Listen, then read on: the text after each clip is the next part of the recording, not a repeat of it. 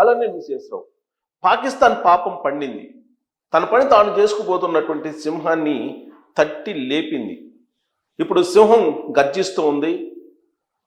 Dubai పర్యటనలో ఉన్నటువంటి ప్రధానమంత్రి నరేంద్ర మోడీ గారు అర్జెంటుగా దుబాయ్ నుంచి ఢిల్లీ ఎయిర్పోర్ట్లో దిగి అత్యవసర సమావేశాన్ని పెట్టారు. అంతే, ఎన్కౌంటర్ స్టార్ట్ అయింది. ఇద్దరు ఉగ్రవాదులు లేచిపోయారు. ఇప్పుడు ఎన్కౌంటర్ కొనసాగుతూ ఉంది కాశ్మీర్ ఉత్తర ప్రాంతంలో, ఉత్తర సరిహద్దుల్లో. దానికి కారణం ఏంటంటే ఉగ్రవాదులు చొరబట్టడానికి ప్రయత్నం చేశారు. ఎన్కౌంటరు కొనసాగుతూ ఉంది. మరోవైపు పహల్గామ్, కాశ్మీర్కి సంబంధించినటువంటి స్విట్జర్లాండ్ అంటూ ఉంటారు. పహల్గామ్కి అనేక మంది పర్యాటకులకు వస్తూ ఉంటారు. పర్యాటకులను టార్గెట్గా చేసుకునే ఉగ్రవాదులు దాడులు చేశారు, కాల్చేశారు. ఆ కాల్చివేయటం కూడా ఎంత దారుణంగా కాల్చివేశారంటే, నువ్వు హిందువా కాదా అనేటువంటి ఒక కేటగిరైజ్ చేసి పాయింట్ బ్లాంక్లో కాల్ చేసి హిందువుల మీద కసి తీర్చుకున్నారు. కేవలం పురుషుల మీదనే ఎక్కువగా దాడి చేశారు. పురుషుల్నే టార్గెట్గా చేసుకొని, హిందువులను టార్గెట్ చేసుకొని ఇస్లామిక్ దాన్ని చదవాలి, ఇస్లామిక్ బుక్ని చదవాలి అని చెప్పి ఇస్లామిక్ బుక్ని చూపించి చదవమని ప్రెజర్ చేస్తే చదవనటువంటి వాళ్ళని వాళ్ళు కాల్చివేశారు. ఇదంతా కూడా పాకిస్తాన్ ప్రేరేపిత లష్కరే తోయిబా అనుబంధ సంస్థ పని. ఆల్రెడీ అనౌన్స్ చేశారు. లష్కరే తోయిబా అనుబంధ సంస్థ చేసింది. ఈ అనుబంధ సంస్థ ఉగ్రవాదులను ప్రేరేపిస్తుంది. పాకిస్తాన్లో ఉగ్రవాద సంస్థలకు కేంద్రంగా ఉంది పాకిస్తాన్. పైగా పాకిస్తాన్కి సంబంధించినటువంటి ఆర్మీ జనరల్ కానీ, రక్షణ శాఖ మంత్రి కానీ విచిత్రమైనట్టు మాటలు మాట్లాడుతున్నారు. పాకిస్తాన్ ఆర్మీ జనరల్ రీసెంట్గా హిందూ మతం మీద, భారత్ మీద విషం చిమ్మారు 2 రోజుల క్రితమే. ఇప్పుడు ఉగ్రవాద దాడులు జరిగాయి. దీని అంతరిక కారణం పాకిస్తాన్ అనేది క్లియర్గా అర్థమవుతుంది. కానీ రక్షణ శాఖ మంత్రి విచిత్రమైనటువంటి వాదాన్ని వినిపిస్తున్నారు. పాకిస్తాన్ రక్షణ శాఖ మంత్రి భారతదేశంలో అంతర్గతంగా నెలకొన్నటువంటి అసహనం, అసంతృప్తి, అలాగే నరేంద్ర మోడీ మీద, అలాగే నరేంద్ర మోడీ గారి ప్రభుత్వం మీద ఉన్నటువంటి వ్యతిరేకత కారణంగానే అంతర్గత ఇష్యూగా దీన్ని చిత్రీకరించేటువంటి ప్రయత్నం పాకిస్తాన్ రక్షణ మంత్రి చేస్తూ ఉన్నారు. కానీ ఏం జరిగింది అనేది భారతదేశానికి తెలుసు, భారతదేశ ప్రభుత్వానికి తెలుసు, నరేంద్ర మోడీ గారికి తెలుసు. అందుకే ఆలక్షణంగా విదేశీ పర్యటన రద్దు చేసుకొని తిరిగి ఆయన ఇండియా వచ్చారు. వెళ్ళేటప్పుడు పాకిస్తాన్ గగనతలం మీద వెళ్ళారు. మళ్ళా రిటర్న్ వచ్చేటప్పుడు పాకిస్తాన్ గగనతలాన్ని కాదని చెప్పి ఆయన ఇండియాలో ల్యాండ్ అయ్యారు. ఢిల్లీ ఎయిర్పోర్ట్లోనే అత్యవసర సమావేశాన్ని జాతీయ భద్రతా సలహాదారు అజిత్ దోవల్, రక్షణ శాఖ మంత్రి, అలాగే ఇతర మంత్రులతోటి అత్యవసర సమావేశాన్ని ఏర్పాటు చేశారు. పహల్గామ్ సంఘటన తెలిసిన వెంటనే ఇమ్మీడియట్గా హోంశాఖ మంత్రి అమిత్ షా గారు శ్రీనగర్ వెళ్ళారు. శ్రీనగర్లో పరిస్థితిని సమీక్షిస్తూ ఉన్నారు. మొత్తం ఏరువేత కార్యక్రమం చేస్తూ ఉన్నారు ఉగ్రవాదుల్ని. యాక్చువల్గా 370 రద్దు తర్వాత ఉగ్రవాదుల కదలికలు తగ్గిపోయాయని చెప్పేసి భావించారు. కదలికలు కూడా లేవు. కానీ ఆల్ ఆఫ్ సడన్గా ఇప్పుడు ఉగ్రవాదులు పర్యాటకుల మీద తెగబడ్డారు.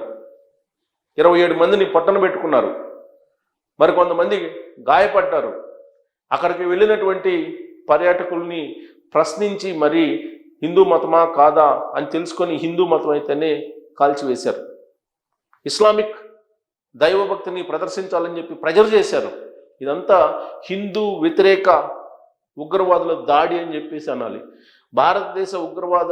భారతదేశానికి వ్యతిరేకంగా ఉగ్రవాదులు చేసినటువంటి దాడి ఇది. హిందూ మతానికి వ్యతిరేకంగా చేసినటువంటి దాడి అని చెప్పేసి భావించాలి. గతంలో సర్జికల్ స్ట్రైక్ జరిగింది. అదే తరహాలో సర్జికల్ స్ట్రైక్ లాంటిదే ఇప్పుడు పాకిస్తాన్ మీద జరగబోతుంది.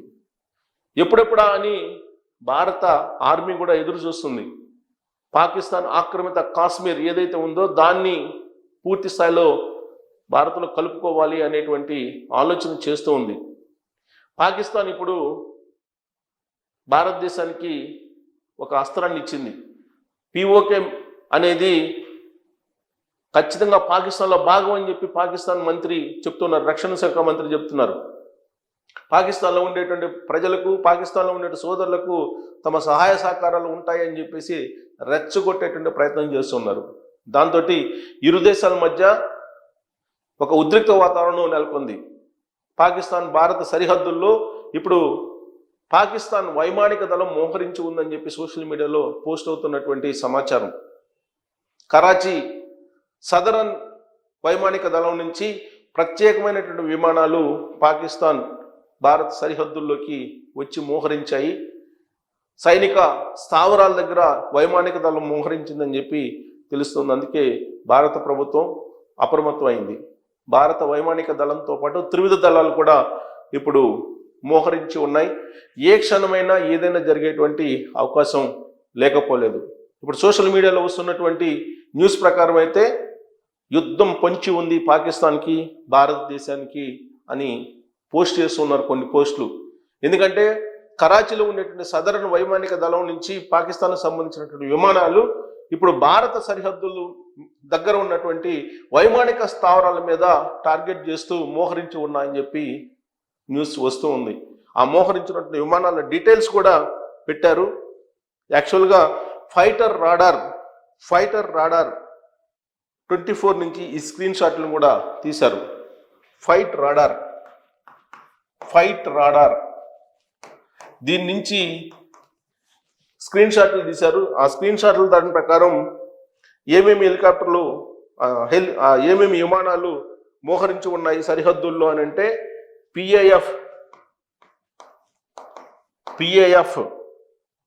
198 యుద్ధ విమానాన్ని మోహరించి ఉన్నారంటారు. దీన్ని లాక్ హెడ్ అంటారు. ఇది రవాణా విమానం. ఇది C-130E ఇది రవాణా విమానం. ఇది లాక్ హీడ్ అంటారు దీన్ని. అలాగే ఇంకోటి పిఏఎఫ్ 101 ఈ విమానాలను మోహరించున్నారు. ఇది విఐపీల కోసం, యాక్చువల్గా విఐపి భద్రత కోసం ఉపయోగించేటువంటి విమానం పాకిస్తాన్ది. ఈ 2 విమానాలని మోహరించి ఉన్నారు సరిహద్దుల్లో అని చెప్పి. ఇవి కరాచీ సదరన్ ఎయిర్ బేస్ నుంచి వచ్చాయి, సరిహద్దుల్లో ఉన్నాయని చెప్పి అంటున్నారు. పాక్ ఆర్మీకి సంబంధించినటువంటి జనరల్ అహ్మద్ షరీఫ్ మాత్రం ఇప్పుడు పాక్ ఆర్మీ జనరల్ అహ్మద్ షరీఫ్ ఈయన భారత్ను రెచ్చగొట్టేలాగా మాట్లాడుతున్నారు. అహ్మద్ షరీఫ్ 2 days బ్యాక్ ఈయన భారతదేశం మీద, అలాగే భారతదేశంలో ఉండేటువంటి హిందువుల మీద, అలాగే భారతదేశంలో ముస్లిం మైనారిటీలకు జరుగుతున్నటువంటి అన్యాయం అని చెప్పి ఆయన ఉద్రిక్తమైనటువంటి ద్వేషపూరితమైనటువంటి ప్రసంగాలు చేశారు. ఆయన ప్రసంగాలు చేసినటువంటి 2వ రోజే ఈ కాల్పులు జరిగాయి. రక్షణ శాఖ మంత్రిగా ఉన్నటువంటి ఖవాజా ఆసిఫ్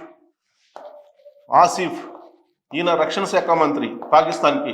ఈయన ఏమంటాడంటే భారతదేశంలో నాగాలాండ్, ఛత్తీస్గఢ్, మణిపూర్ ఇలాంటి ప్రాంతాల్లో ఉద్రిక్త వాతావరణం నెలకొంది.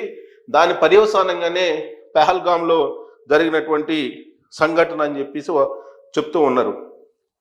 ఇంకొక వైపు జమ్మూ కాశ్మీర్ బారాముల్లా దగ్గర ఉన్నటువంటి సరిహద్దుల నుంచి ఉగ్రవాదులు జొరబట్టేటువంటి ప్రయత్నం చేస్తున్నటువంటి క్రమంలో భారత జవాన్లు అప్రమత్తమై ఎన్కౌంటర్ చేశారు. 2 ఉగ్రవాదులు హతమయ్యారు. ఇప్పుడు 2 ఉగ్రవాదుల్ని కాల్చి చంపారు. The resident front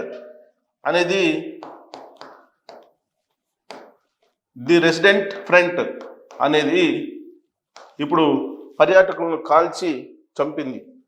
TRF the resident front ఇది లష్కరే తోయిబాకు సంబంధించి అనుబంధ సంస్థ. ఈ అనుబంధ సంస్థ ఇప్పుడు ఈ ఘటనకు తెగబడింది. ఈ ఘటనకు తెగబడి అనవసరంగా భారత్ తోటి ఇప్పుడు పెట్టుకుంది. ఇప్పుడు పాకిస్తాన్ మీద ఇప్పుడు భారత ఆర్మీ ఇప్పుడు ప్రతీకార చర్య తీసుకునే దానికి సిద్ధమైంది. ఈ క్రమంలో ఇప్పటికి 2 ఉగ్రవాదులు ఎన్కౌంటర్ అయ్యారు. ఇంకా కొంతమంది ఉగ్రవాదులను ఎన్కౌంటర్ చేసే అవకాశం ఉంది. సో ప్రపంచ దేశాలన్నీ కూడా ఈ ఉగ్రదాడిని ఖండిస్తూ ఉన్నాయి. పహల్గాంలో జరిగినటువంటి ఉగ్రదాడిని ఖండిస్తూ ఉన్నాయి. అటు రష్యా అధ్యక్షుడు పుతిన్, అలాగే చైనా అధ్యక్షుడు జిన్పింగ్ కానీ పాకిస్తాన్కి సంబంధించినటువంటి నేతలు చేస్తున్న కామెంట్స్ని కూడా వాళ్ళు తప్పుపడుతూ ఉన్నారు. అమెరికా అధ్యక్షుడు ట్రంప్, మరోవైపు ఇప్పుడు అమెరికా ఉపాధ్యక్షుడు జేడి వాన్స్ భారతదేశంలో ఉన్నారు. అదే సమయంలో ఈ దాడి జరగడం అనేది బాధాకరం అంటూ జేడి వాన్స్ స్టేట్మెంట్ కూడా ఇచ్చారు. సో ప్రపంచ దేశాల్లో ఉండేటువంటి అధినేతలు కానీ ప్రపంచ దేశాల ప్రతినిధులు కానీ పాకిస్తాన్కి సంబంధించినటువంటి ప్రేరేపిత ఉగ్రవాద సంస్థ చేసినటువంటి ఈ ఆకృత్యాన్ని ఖండిస్తూ ఉన్నారు ముక్త కంఠంతో. బట్ నరేంద్ర మోడీ గారు, అమిత్ షా గారు, అలాగే జాతీయ భద్రతా సలహాదారు అజిత్ దోవల్ వీళ్ళందరూ కూడా అత్యవసర సమావేశమైనారు. ఏ క్షణమైనా సరే పాకిస్తాన్ మీద మరొక సర్జికల్ స్ట్రైక్ జరగడానికి అవకాశం ఉందని చెప్పొచ్చు. ఇప్పటికే పాకిస్తాన్ ప్రేరేపిత ఉగ్రవాదుల మీద, ఉగ్రవాద స్థావరాల మీద టార్గెట్ చేసింది భారత ప్రభుత్వం. ఇటీవల కాలంలో అనేక మంది ఉగ్రవాదులు వాళ్ళే కాల్చుకొని చనిపోయినటువంటి సంఘటనలు మనం చూసాం పాకిస్తాన్లో. ఇదంతా కూడా నరేంద్ర మోడీ గారు అలాగే అమిత్ షా గారు వ్యూహం అని చెప్పి ప్రపంచవ్యాప్తంగా వినిపిస్తూ ఉంది. ఖలిస్తానీ ఉద్యమకారులు చనిపోయినా లేదా పాకిస్తాన్లో ఉగ్రవాదులు చనిపోయినా అది నరేంద్ర మోడీ అలాగే అమిత్ షా గారి యొక్క వ్యూహం అని చెప్పేసి జాతీయ ఇంటర్నేషనల్ మీడియాలో కూడా వస్తూ ఉంది. కానీ ఇప్పుడు జరిగినటువంటి దాడికి ప్రతీకారంగా ఖచ్చితంగా పాకిస్తాన్ మీద కసి భారత సైన్యం తీర్చుకోబోతుంది. దానికి సంబంధించి వ్యూహాలు రచిస్తూ ఉన్నారు. పాకిస్తాన్ భారత్ మధ్య యుద్ధం వచ్చినా ఆశ్చర్యపోవసం లేదు. కారణం పాకిస్తాన్ వైమానిక దళం కవ్వింపు చర్యలకు పాల్పడుతుంది. సరిహద్దుల్లో విమానాలను మోహరించింది. ఆ రాడార్ 24 నుంచి ఈ డీటెయిల్స్ కూడా వచ్చాయి. ఈ 2 యుద్ధ విమానాలు మోహరించి ఉన్నాయి. సో రాబోయేటువంటి సమీప భవిష్యత్తులోనే కసి తీర్చుకోబోతుంది భారత్ పాకిస్తాన్ మీద. పాకిస్తాన్ ఆక్రమిత కాశ్మీర్ ఏదైతే ఉందో దాన్ని ఇప్పుడు భారతదేశం ఓన్ చేసుకునేదానికి ఈ సంఘటన బాగా ఉపయోగపడేటువంటి అవకాశం ఉందని చెప్పి కూడా ఇప్పుడు కొంతమంది భావిస్తున్నారు.